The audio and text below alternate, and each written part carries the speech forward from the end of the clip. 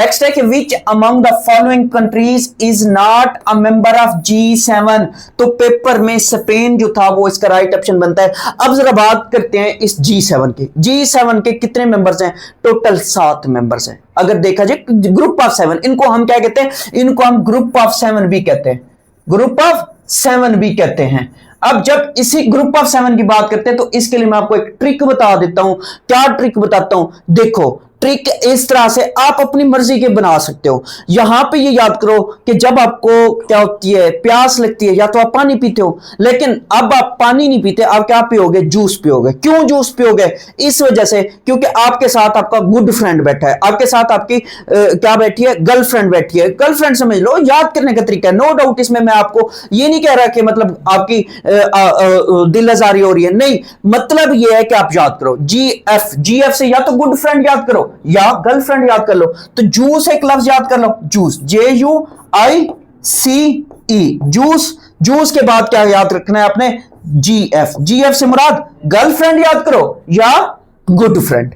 अब यहां पे देखो, यहां पे J से जापान, U से USA, I से इटली, I से इटली, ये याद रखेगा। I से क्या है? I से इटली है। और C से कनाडा, और E से इंग्लैंड, या इसको आप यूके याद कर लो। यूके याद करने के लिए, क्योंकि वो कभी इंग्लैंड दे देते हैं, कभी यूके दे देते हैं, तो इसी वजह से ई से इंग्लैंड या यूके। फिर जी से अब देखो यहां पे आपने जी से क्या याद रखना है? जी से जर्मनी याद रखना है, जर्मनी।